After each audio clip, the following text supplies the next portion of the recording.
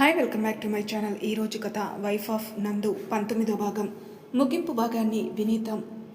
కిన్నెరా, వీడే నా ముద్దుల కొడుకు చిన్న. నువ్వు దూరం అయ్యాక వీడే నా ప్రపంచమయ్యాడు. వీడు లేకపోతే ఈ పాటికి ఏమైపోయేవాణ్ణు అంటూ చిన్నాని ఎత్తుకున్నాడు నందు. కిన్నెర నందు దగ్గర చిన్నాని ఎత్తుకుంటూ, మీ కొడుకు కాదు మన కొడుకు అని చిన్న బుగ్గపై కిస్ చేసి, ఇక నుండి నేను హనీకే కాదు నీకు కూడా అమ్మని, ఒకసారి అమ్మ అని పిలు చిట్టి తండ్రి అంది. చిన్న కూడా కిన్నెర బుగ్గపై కిస్ చేస్తూ ఐ లవ్ యూ మా అన్నాడు. చిన్న, మా అమ్మ ఈ రోజు నుండి నీకు కూడా అమ్మే అంటూ అక్కడికి వచ్చింది హనీ. నో, నేను చిన్నాకి మాత్రమే అమ్మని. ఇంతకుముందు ఎవరో ఒక అమ్మాయి నేనెవరో కూడా తెలియనట్లు బిహేవ్ చేసింది. ఎవరో కొత్త అమ్మ వస్తుంది అన్నట్లు గుర్తే. వెళ్ళు ఆ అమ్మ దగ్గరికి అంది కిన్నెర. హనీ వెంటనే బిక్కమొహం వేసుకుని నందుని చూస్తుంది. అమ్మ అలానే అంటుందిలే బంగారం, ఇలారా అంటూ హనీని ఎత్తుకుని, ఓయ్ ఏంటి కొడుకు రాగానే నీకు నేను నా కూతురు కనిపించడం లేదా? ఏదో చిన్నపిల్ల ఇంట్లో అందరితో పాటు నేను సరదాగా ఆట పట్టించింది, దానికే ఏంటి నువ్వు సీరియస్ అవుతావు? నా హనీ బేబీని హర్ట్ చేస్తున్నావు. నువ్వు ముందు సారీ చెప్పు అన్నాడు నందు. నేనెందుకు సారీ చెప్పాలి? ముందు మీ కూతుర్నే చెప్పమనండి సారీ అంది కిన్నెర ముఖం పక్కకు పెట్టుకొని. చిన్న పిల్లలతో ఏంటి నీకు? అయినా ఈ మధ్య నీకు మొండితనం బాగా ఎక్కువైనట్టుంది.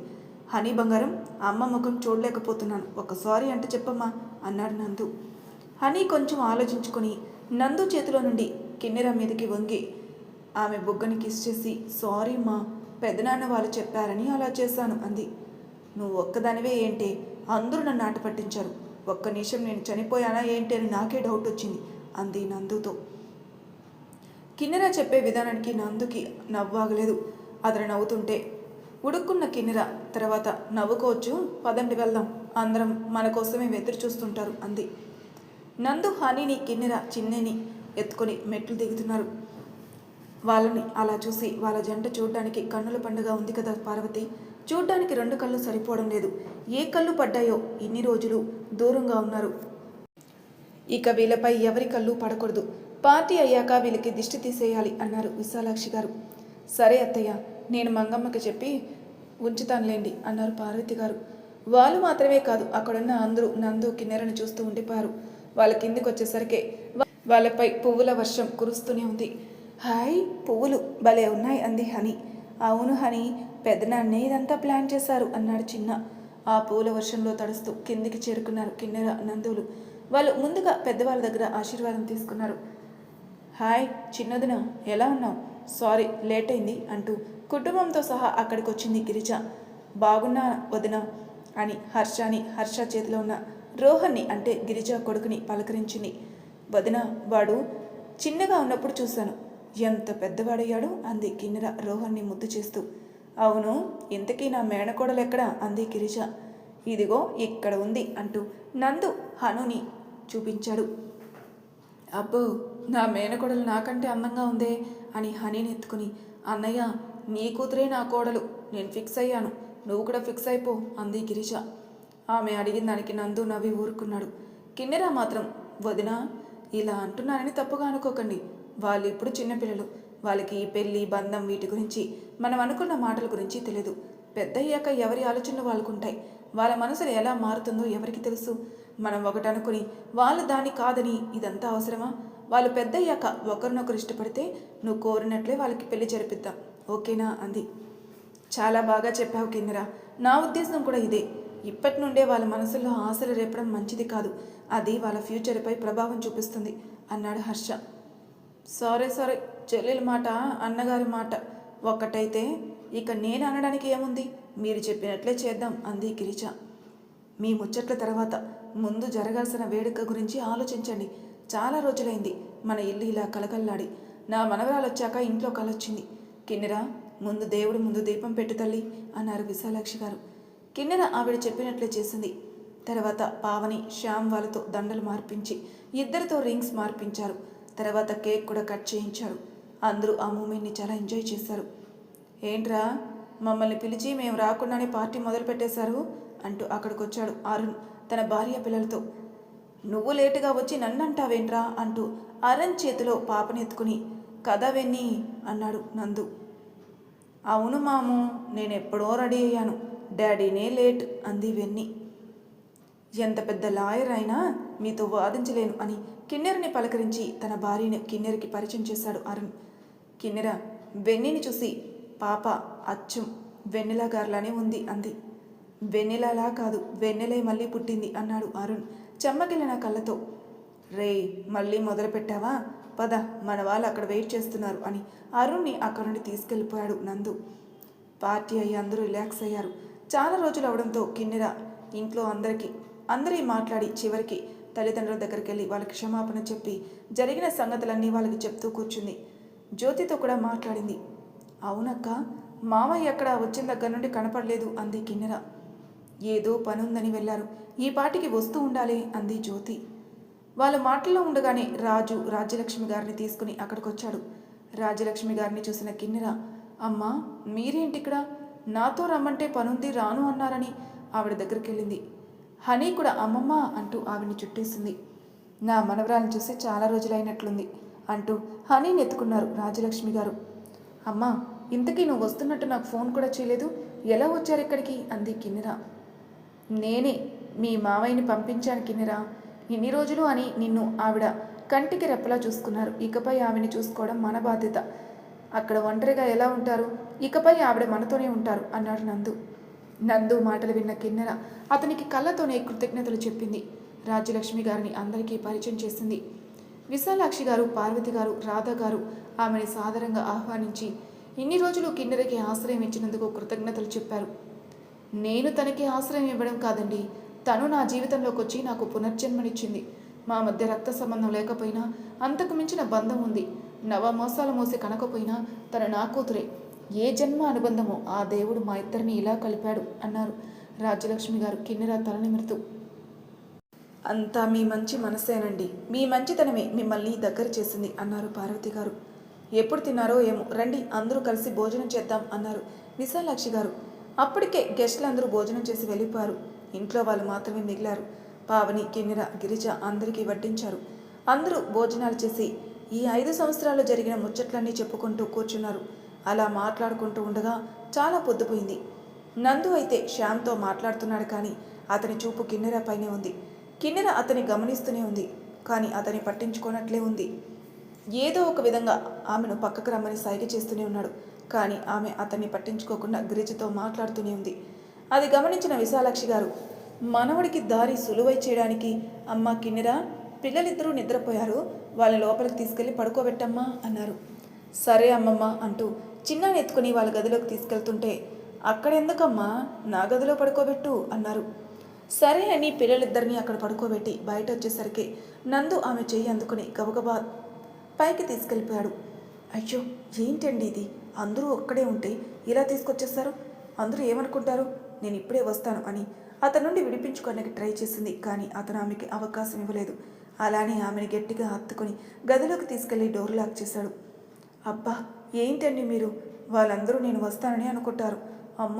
అమ్మ వాళ్ళు, గిరిజ, వదిన వాళ్ళు వెళ్ళిపోతున్నారు, నేను వెళ్ళి వాళ్ళతో మాట్లాడాలి, అమ్మకు గది చూపించేసి వస్తా అంది. మీ అమ్మని మా అమ్మ చూసుకుంటుంది, నువ్వేం టెన్షన్ పడకు, ఇన్ని రోజులు నాకు దూరంగా ఉన్నది చాలు, నువ్వు కళ్ళ ముందు ఉండి కూడా నీకు దూరంగా ఉండడం నా వల్ల కాదని ఆమెను ఎత్తుకొని బెడ్ దగ్గరికి తీసుకెళ్లాడు. కిన్నెర ఇంకా ఏదో మాట్లాడబోతుంటే ఆమె మాట్లాడకుండా ఆమె పెదవుల్ని తన పెదవులతో బంధించేశాడు. కిన్నెర కూడా అతని నుండి దూరం జరగలేకపోయింది. అతనికి ఇంకా చేరువై అతని ప్రేమకి బందీ అయింది. తర్వాత రోజు ఉదయాన్నే లేస్తూనే తలస్నానం చేసి దేవుడికి పూజ చేసి వంటగదిలోకి వెళ్ళింది. ఇంట్లో అందరికీ కాఫీ కలిపి ఆమె స్వయంగా ఇచ్చింది. వాహ్, ఇది కాఫీ అంటే అమృతంలా ఉంది. ఎన్ని రోజులైంది కిన్నెర ఇలాంటి కాఫీ తాగి, ఇన్ని రోజులు మీ అక్క చేసిన కషాయం తాగలేక చచ్చాను అన్నాడు శ్యామ్. ఏంటి, నేను చేసిన కాఫీ కషాయంలా ఉందా, మరి ఇన్ని రోజులు బాగుందని కప్పులు తాగేశారు అంది పావని మూతి తిప్పుకుంటూ. ఏదో అలా చెప్పకపోతే నువ్వు ఆ కషాయం కూడా నాకు ఇవ్వవు కదా, అందుకే అలా చెప్పా అన్నాడు శ్యామ్. చూసావా కిన్నెర, ఆయన ఏమంటున్నారో అంది పావని. అక్క, బావగారు ఏదో సరదాగా అన్నారులే, వదిలే అని తనకు కూడా కాఫీ ఇచ్చి అత్తగారికి, మామగారికి, రాజేశ్వరి గారికి కూడా ఇచ్చింది. పిల్లలు లేచేసరికి వాళ్ళకి పాలు కూడా కాచి రెడీగా పెట్టింది. చూసావా పావని, మీ చెల్లి రావడంతోనే ఇంటి బాధ్యతలన్నీ ఎలా చక్కబెట్టేస్తుందో, ఇక నీకు నాకు రెస్ట్ అన్నారు పార్వతి గారు. అవునా అత్తయ్య, ఇక మనం చేద్దామన్నా తను మనల్ని ఏ పని చేయనివ్వదు అంది పావని. అలా వాళ్ళు కిన్నెరని పొగుడుతుంటే రాజలక్ష్మి గారికి గర్వంగా అనిపించింది. ఇంతలో పిల్లలు కూడా లేచి గదిలో నుంచి బయటకు వచ్చి, పిన్ని నేను చాలా మిస్ అయ్యాం. మాకు చిన్నప్పుడు రకరకాల టిఫిన్ చేసేదానివి. అమ్మ నాన్నమ్మ డైలీ ఇడ్లీ దోశ తప్ప ఇంకేం చేసేవాళ్ళే కాదు. నాకు పూరి తినాలనుంది, చేసి పెట్టవా పిన్ని అన్నాడు జున్ను. పిన్ని నాకు పెరుగు వడ చేసి పెట్టవా అంది స్వీటీ. ఓకే తప్పకుండా చేసి పెడతా. ముందు మీరు వెళ్ళి బ్రష్ చేసి త్వరగా రండి, పాలు తాగాలి అంది కిన్నెర. అమ్మో పాలా, మాకొద్దు బాబు అన్నాడు జున్ను. నోనో అలా వద్దు అంటే కుదరదు. మీరు ఈ రోజు నుంచి పాలు తాగాల్సిందే. మీరు పాలు తాగితేనే మీకు నచ్చిన టిఫిన్ చేసి పెడతా అంది కిన్నెర. సరే పిన్ని అంటూ వెళ్ళి బ్రష్ చేసుకుని వచ్చి కిన్నెర ఇచ్చిన పాలు తాగారు. వాళ్ళు పాలు తాగుతుండగా చిన్న హని కళ్ళు నలుపుకుంటూ వచ్చి వాళ్ళ పక్కనే కూర్చున్నారు. పిన్ని మాతో పాలు తాగించడం కాదు, ఇదిగో ఈ చిన్న గడతో పాలు తాగించి చూద్దాం. పాలంటేనే పారిపోతారు తెలుసా. అమ్మ రోజు వీడికి పాలు పట్టించడానికి ఇల్లు మొత్తం తిరుగుతుంది అంది స్వీటీ. అవునా, కానీ మీరు చూస్తూ ఉండండి, నా చిట్టి తండ్రికి నేను పాలు ఎలా పట్టిస్తానో అని చిన్నాని ఒళ్ళో కూర్చోబెట్టుకొని పాలు తాగించింది. చిన్న ఏమాత్రం పేచీ పెట్టకుండా కిన్నెరని చూస్తూ పాలు తాగుతున్నాడు. అత్తయ్య చూసారా, వాడు ఇన్ని రోజులు పాలు తాగడానికి ఎంత పేచీ పెట్టేవాడు, కనీసం వద్దు అని కూడా చెప్పలేదు. ఇంతలో ఎంత మార్పు అంది పావని. నీకు కిన్నెర సంగతి తెలుసు కదా, ఎవరినైనా మార్చేస్తుంది అన్నారు పార్వతి గారు. వాళ్ళు మాట్లాడుతూ ఉన్నారు కానీ రాజేశ్వరి గారు మాత్రం చిన్నాని చూస్తున్నారు. చిన్న ఎడమ చేతి మణికెట్టుపై శనగ గింజంత పుట్టుమచ్చుంది. ఆ పుట్టుమచ్చలు చూసి ఆవిడ ఏదో ఆలోచిస్తున్నారు. పక్కనే ఉన్న విశాలాక్షి గారిని, బాబు మీకు ఎక్కడ దొరికాడు, ఎక్కడి నుంచి తీసుకొచ్చారు బాబుని అన్నారు. ఎవరో రౌడీ వెదలు పసిగుట్టుగా ఉన్న వీడిని చంపబోతుంటే కాపాడి ఇంటికి తీసుకొచ్చాడు మా నందు. అప్పటి నుండి వీడు మా నందుకే కాదు మాకు కూడా ప్రాణమయ్యాడు అన్నారు ఆవిడ. ఇంతకీ ఎందుకు బాబు గురించి అడుగుతున్నారు అన్నారు పార్వతి గారు. ఇప్పుడే చెప్తాను అంటూ చిన్నాని దగ్గర తీసుకొని ఒళ్ళో కూర్చోబెట్టుకొని పరీక్షగా చూశారు పార్వతి గారు. బాబు మీకు దొరికినప్పుడు అతని మెడలో ఏదైనా చైన్ ఉందా అన్నారు రాజేశ్వరి గారు. అవును ఉంది, చిన్న ఆంజనేయ స్వామి లాకెట్తో ఒక చైన్ ఉంది అంటూ అక్కడికి వచ్చాడు నందు. ఆవిడ ఎందుకు అలా అడుగుతున్నారు పిల్లలతో సహా ఎవరికి అర్థం అవ్వలేదు. ఆవిడ చిన్న చేయిని బాగా పరీక్షించి ఆవిడ అనుమానం నిజమని గ్రహించాక, అల్లుడు గారు ఇన్ని రోజులు మీరు పెంచుకుంది ఎవరినో కాదు మీ కన్న కొడుకునే. కిన్నెరాని మీకు దూరం చేసిన ఆ దేవుడు మీ కొడుకును మీకు దగ్గర చేశాడు. ఇంతకాలం బాబు ఎక్కడున్నాడో ఎలా ఉన్నాడో అసలు ఉన్నాడో లేడో అని నాలోనే నేను కుమిలిపోయాను. ఇప్పుడు వీడిని చూశాక నా మనసు తేలికపడింది. కిన్నెరాకి అసలు ఆవిడ ఏం చెప్తున్నారో అర్థం కాలేదు. అమ్మా ఏంటి మీరు చెప్పేది, నిజమా, చిన్న నా కొడుకా అంది. అవును తల్లి, చిన్న నీ కొడుకే, నీకు కవల పిల్లలు పుట్టారు అంటూ కిన్నెర డెలివరీ టైంలో హాస్పిటల్లో జరిగింది వాళ్ళందరికీ చెప్పడం స్టార్ట్ చేశారు. కిన్నెర నొప్పులు పడుతుంటే రాజలక్ష్మి గారు రంగమ్మ ఇద్దరు తనని హాస్పిటల్కి తీసుకెళ్లారు. కాసేపు నొప్పులు పడ్డ తర్వాత కిన్నెర కవల పిల్లలకి జన్మనిచ్చింది. డెలివరీ టైంలో బాగా రక్తస్రావం అవ్వడం వల్ల కిన్నెర బాగా నీరసంగా స్పృహ లేకుండా ఉంది. కిన్నెరను రూమ్కి షిఫ్ట్ చేసి పిల్లల్ని రాజలక్ష్మి గారికి అప్పగించింది నర్సు. ఆవిడ పిల్లల్ని చూసి చాలా మురిసిపోయారు. చూసావటే రంగమ్మ, నా మనవళ్ళు వజ్రాల్లా మెరిసిపోతున్నారు అంటూ ఆమె మెడలో ఉన్న కాసుల పేరు పాప మెడలో చైను బాబు మెడలో వేసి, ఇప్పుడు నా మనవడు మనవరాలు ఇంకా ముద్దుగా ఉన్నారు. కిన్నెర వీళ్ళని చూస్తే తన బాధనంతా మర్చిపోతుంది అన్నారు. కిన్నెరాకి ఇంకా స్పృహ రాకపోవడం వల్ల ఆమెకి అస్సలు కవలలు పుట్టిన విషయం కూడా తెలియదు. రాజలక్ష్మి గారు అక్కడే పిల్లల దగ్గర కూర్చున్నారు. ఇంతలో నాగేంద్ర, కరుణాకర్ అక్కడికొచ్చి రాజలక్ష్మి గారు నిద్రపోవడం చూసి పాపని బాబుని ఎత్తుకుని కిన్నెరని చూస్తూ, నువ్వు మాకు రావాల్సిన ఆస్తిని మాకు రాకుండా చేస్తావు, అందుకే మేము మీ పిల్లల్ని దూరం చేసి నీకు శిక్ష వేస్తున్నాం అని పిల్లల్ని అక్కడి నుండి తీసుకెళ్ళబోయారు. రూమ్ దాటగానే బాబు గట్టిగా ఏడ్చాడు. బాబు ఏడవడంతో రాజలక్ష్మి గారికి మెలక వచ్చింది. ఉయ్యాల్లో చూసుకుంటే పిల్లలు లేరు. పిల్లలు ఏమయ్యారని చుట్టూ చూశారు.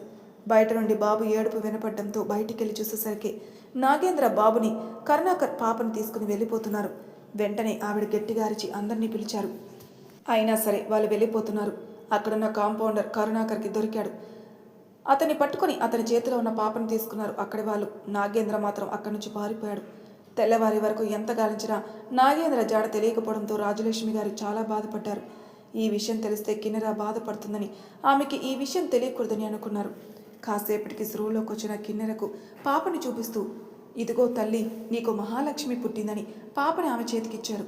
నన్ను క్షమించు తల్లి, బాబు గురించి నీకు చెప్తే నువ్వు తట్టుకోలేవు, అందుకే నీకు కూతురు మాత్రమే పుట్టిందని చెప్తున్నాను. నీ కొడుకు ఎక్కడన్నా క్షేమంగా ఉండాలని కోరుకోవడం తప్ప ఇంకేమీ చేయలేను అనుకున్నారు రాజలక్ష్మి గారు. ఆ తర్వాత నాగేంద్ర బాబుని తీసుకుని హైదరాబాద్ వెళ్ళిపోయాడు. అక్కడ కొంతమంది గోండాలకి బాబుని అప్పగించి బాబుని చంపమని చెప్పాడు. వాళ్ళు బాబు చంపబోతుంటే చూసిన నందు అడ్డుకుని తనతో తీసుకుని వెళ్ళాడు. ఇది కినెరా జరిగింది. ఆ రోజు నా మరదలు చేసిన దుర్మార్గానికి ఇన్ని రోజులు నువ్వు నీ బిడ్డకి దూరంగా ఉన్నావు అన్నారు. తన దత్తపుత్రుడే తన కన్న కొడుకు అయినందుకు నందు చాలా హ్యాపీగా ఫీల్ అయ్యాడు. చిన్న తన బిడ్డ అని తెలిసిన కిన్నెర చిన్నాని హత్తుకొని, నా బంగారు తండ్రి, ఇన్ని రోజులు నిన్ను చాలా మిస్ అయ్యాను అంటూ ముద్దులతో ముంచెత్తింది. పక్కనే ఉన్న హనీ కూడా తల్లి ఒడిలోకి చేరింది. నందు కూడా భార్య పిల్లల్ని దగ్గరకు తీసుకున్నారు. ఇంటి వారసుడే వాళ్ళకి తెలియకుండా ఇంట్లో పెరిగినందుకు ఇంట్లో అందరూ చాలా సంతోషించారు. అమ్మయ్య, ఇప్పుడు నాకు చాలా సంతోషంగా ఉంది. రాజలక్ష్మి గారు, మీరు ఉదయాన్నే మా అందరికీ మంచి శుభవార్త చెప్పారు. కిన్నెర దూరమై ఇన్ని రోజులు నందు పడే బాధ చూడలేకపోయేవాళ్ళం. ఇప్పుడు వాడి జీవితంలోకి మళ్ళీ వసంతం వచ్చింది. మళ్ళీ వీళ్ళని ఇలా చూస్తాను అనుకోలేదు. అంతా మీ వల్లే. ఈ శుభ సందర్భంలో అందరం తిరుమల వెళ్ళి ఆ వెంకన్న స్వామికి మొక్కు తీర్చుకుని వద్దాం పదండి అంటూ అందరినీ తిరుమల వెళ్ళడానికి సిద్ధం చేశారు విశాలాక్షి గారు. మరి ఇంతటితో ఈ కథ సమాప్తం.